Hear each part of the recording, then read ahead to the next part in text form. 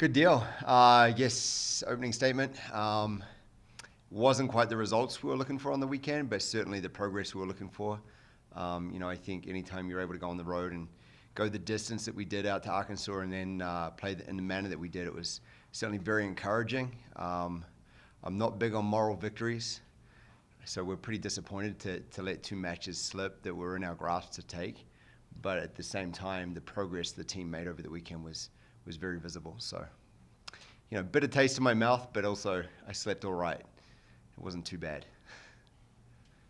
So Alyssa Rizzo, I mean, she's just going to continue from junior year to senior year, making that leap, a little over 6 digs per set. What about her this weekend kind of showed up for her? Yeah, it's interesting with Alyssa. She is a full-time nursing student right now, so her ability to be in practice is limited at the moment because of her having to put in hours in the hospital.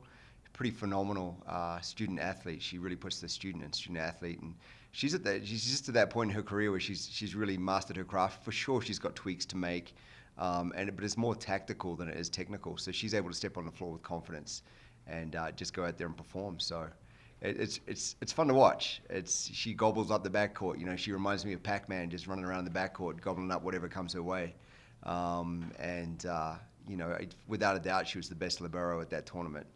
And I don't know where she ranks right now in the conference or in the league, but I'd get in the nation. But yeah, Tom's given me a number one in the league at least.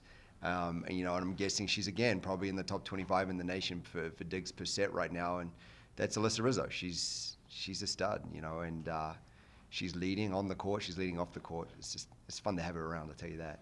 As good as she's been, what you mentioned some tweaks she still has to make.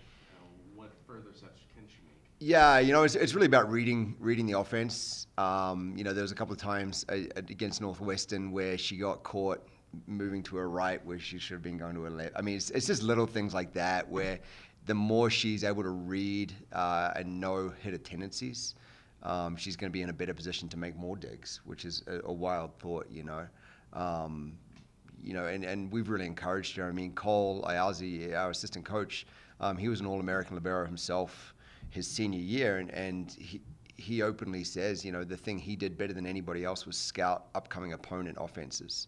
And so that's really the challenge we're giving Rizzo, is just to dial in, watch a ton of film on who she's going to play next, because she may not be in the gym getting to practice, but get the hours on the computer screen and really dial in where these hitters like to hit, so that she's in the right spot at the right time, which is always the key. What was your first impression of her when she first came into the program? First impression of Rizzo when she first came into the program? Oh, that's a loaded question. No, it's not. She was awesome. I'll never forget, she came on her visit. Her visit was kind of combined with a camp, and back in the day where we used to be allowed to do that. And her dad walked in. He's very Italian, Rizzo. The last name Rizzo. I'm like, he's wearing his swishy sweatsuit, and he walks in and says, "Coach, whatever my daughter wants, my daughter gets." And I'm like, okay. And so I was impressed with her from the get-go. The recruiting process is different with each athlete, and Rizzo's she knew what she wanted. That was the thing that stood out to me. She wanted to be in a college town in the mountains that had nursing. Well, we fit that bill. And, she's really come in and just given everything she's got to this program, and her parents and her family have supported her 100%, being the distance that she is from her home in Illinois. So, it's been a really neat story to be involved with. What strides has she made since she first started her? Oh man, yeah. I mean, she's a very good. She's a complete libero. She's a very good serve receive passer. Defensively, she makes plays that not many liberos in the country make. She commands the backcourt. She's the leader of the backcourt. She controls the serve receive line. And just the progress she's made in those areas. And I got to give a lot of credit to Cole in really challenging her in those different ways. Because, like I said, being an All-American himself, he sees the game from a libero's perspective, and he's really been able to pass that knowledge on to Rizzo, and you've seen the growth in her game as a result. It's been pretty neat to be a part of. In all three matches, it seemed like you had a different outside hitter stand out. You had Kira kind of come and play, Evie play, and Yeah. Hannah Scott really come and play a little bit better in that third match. What is it like for you to be able to kind of send the offense three different ways and be able to see them all produce. Yeah, I'm waiting for the day when they all produce at the same time. That's what I'm waiting for.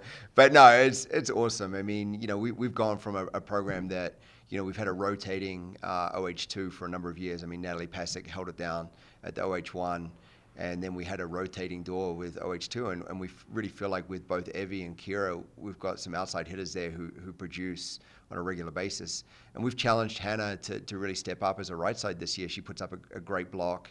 Her arm swing is conducive to being on the right side, I guess is the word I'd use.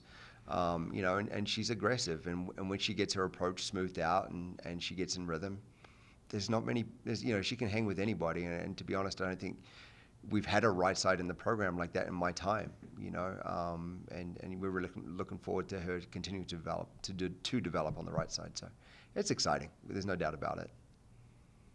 What do you pick up from those 5-set losses? I mean, obviously you kind of brought up that you're gonna swallow your pride a little bit with picking up those losses, but do you get anything out of those 5-set game matches that you're able to do, or what do you take away from that first weekend of having those? Yeah, so I think what I picked up was a few more gray hairs, and what I put down was about 5 pounds in sweat.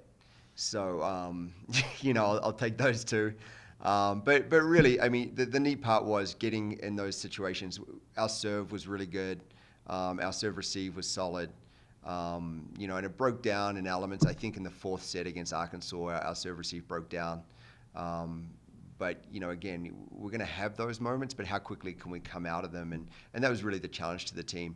Is we went from Northwestern State, where we lost in 5, having had at least 2 or 3 match points in the 4th set. And I kind of challenged them afterwards, like, this is going to hurt a lot longer if we don't learn any lessons from it. And they applied the lessons the next morning when we went out and played Arkansas. The reality was we just kind of got outgunned there for a minute against Arkansas, which is no surprise. We knew going in playing a big SEC team like that, they're going to be big and physical, and they came and were big and physical. But again, to have 13 all in the 5th set, we felt like, hey, we've made progress here. Now, can we execute these last 2 points? Yeah, and we tripped over ourselves a little bit on that. But how do you get better at playing under pressure unless you put yourself under pressure, unless you play in pressure situations? And so that was the message to the team: is we're going to grow, we're going to get better because we've experienced these things. So, and the goal for us is to be great in October, November, and through August, September, we're growing. Hey, let's see the growth this weekend when we head out to Chicago. You mentioned Cole a couple times. Just you and him this season is Yeah. How is that now that you've gone through matches and that? How's it transitioning with just 2 coaches?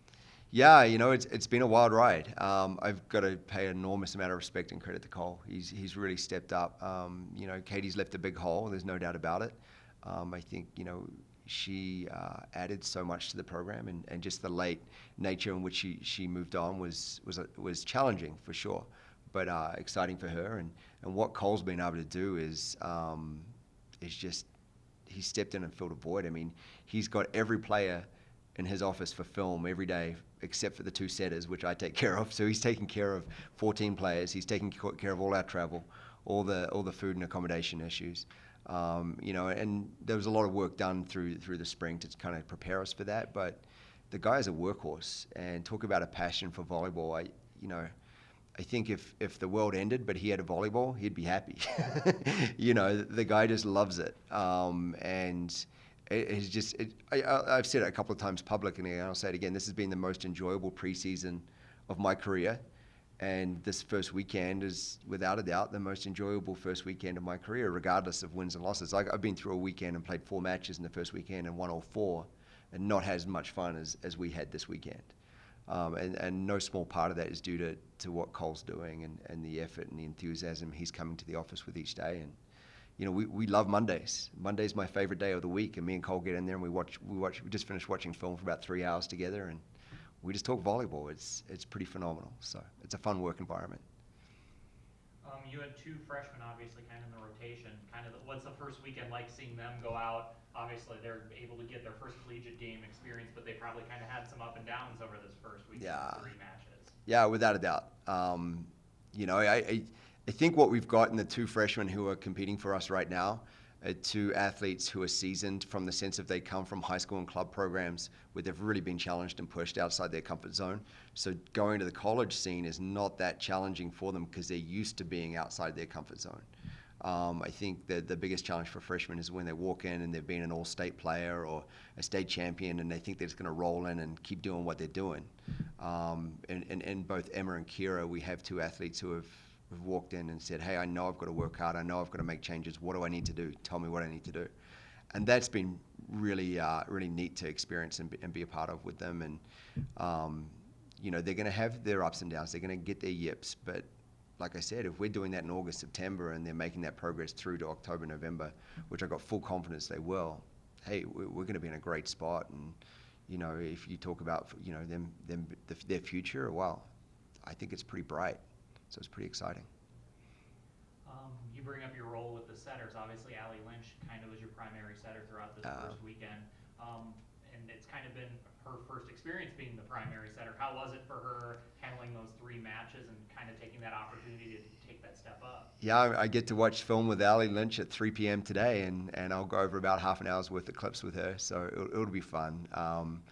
She has done a phenomenal amount of work, and as has Sydney, through the spring and summer, preparing herself, and they've both prepared themselves for this role. And the thing I like about Allie, working with Allie, she's pretty calm.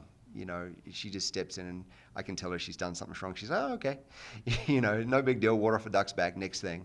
And that's really, you need that level-headedness in your setter. And I know Sydney's ready to go at any point as well. She's got a ton of experience and she's a real gamer. And I mean, to see her buy into her role this weekend, and I mean, she served lights out, and the opportunity she had to go in and set with Haley Merkus when we made a 6-2 sub at one point twice during the weekend, and Sydney went and did a great job. So I know either one of them can do it, and I know for Allie, she's taking the bulls by the horn right now and riding it as fast as she can. So it's pretty fun.